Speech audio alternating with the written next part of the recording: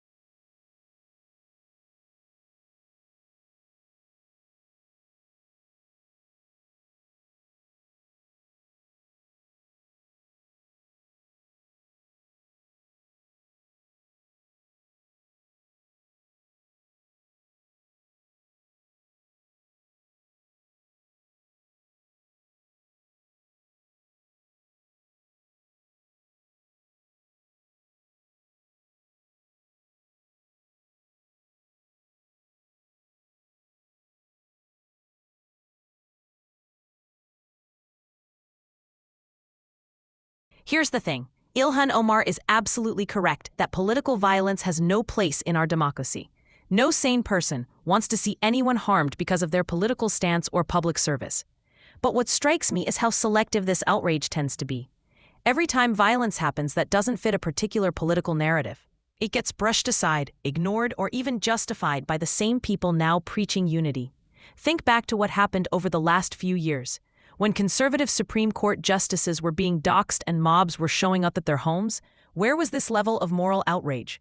When Republican lawmakers were attacked or threatened, how many Democrats stood up and said violence has no place in politics? Hardly any. Instead, the media downplayed it or pretended it didn't happen.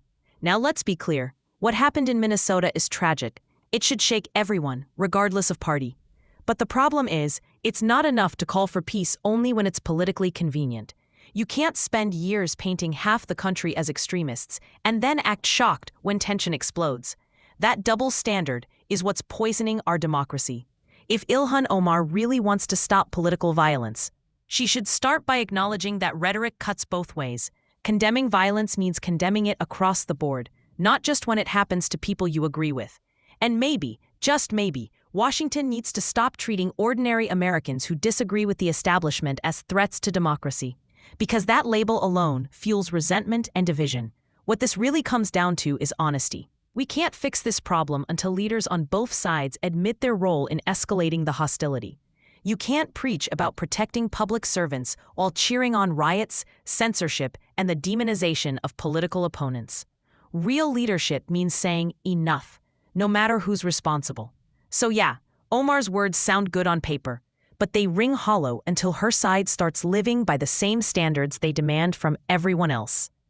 If America wants to stop political violence, it has to start with accountability and truth. Stick around, because I've got more clips coming that expose exactly how selective outrage and political posturing have become tools to divide us. Hit that subscribe button, share this video, and let's keep this conversation going, because the only way we save this country is by seeing through the hypocrisy and demanding real consistency from the people in power.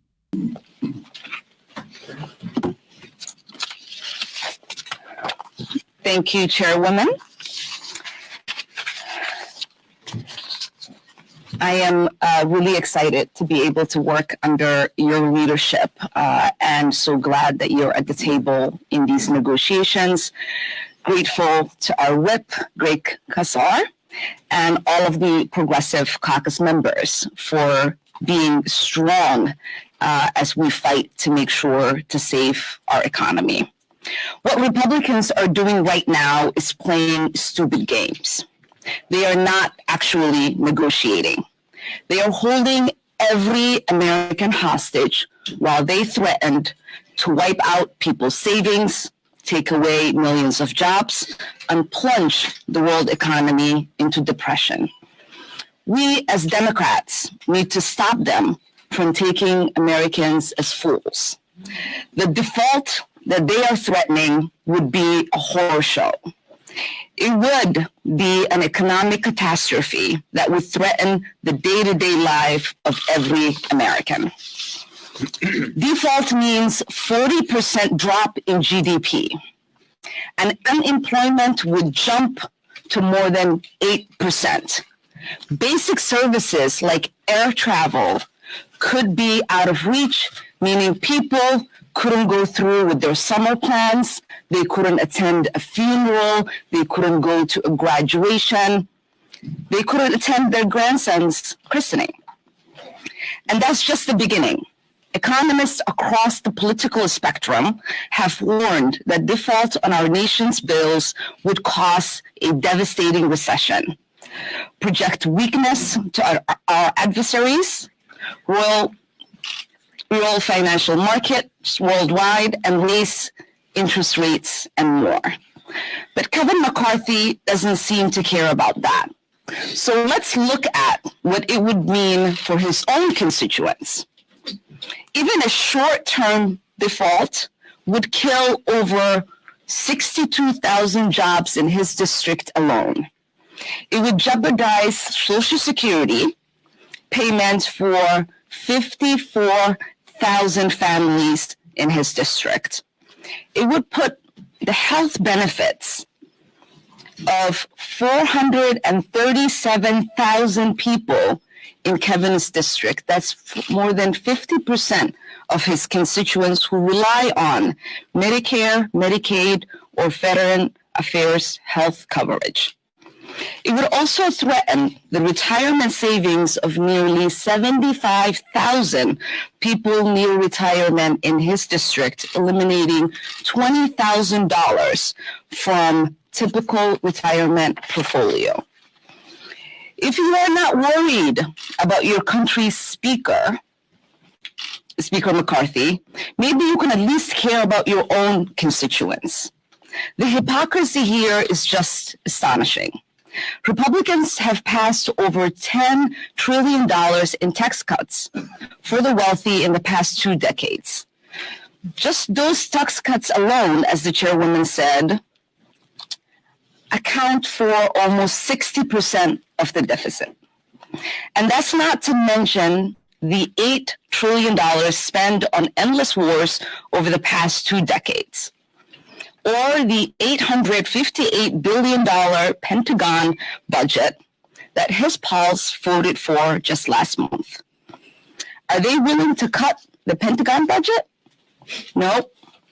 Are they willing to roll back the trillions upon trillions of dollars in tax cuts to their billionaire friends? No.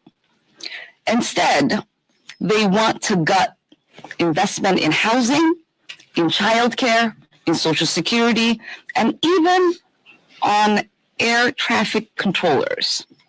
We need to stop letting Kevin McCarthy take us for fools. Now I would like to hand it over to Whip Greg Casar. Thank you.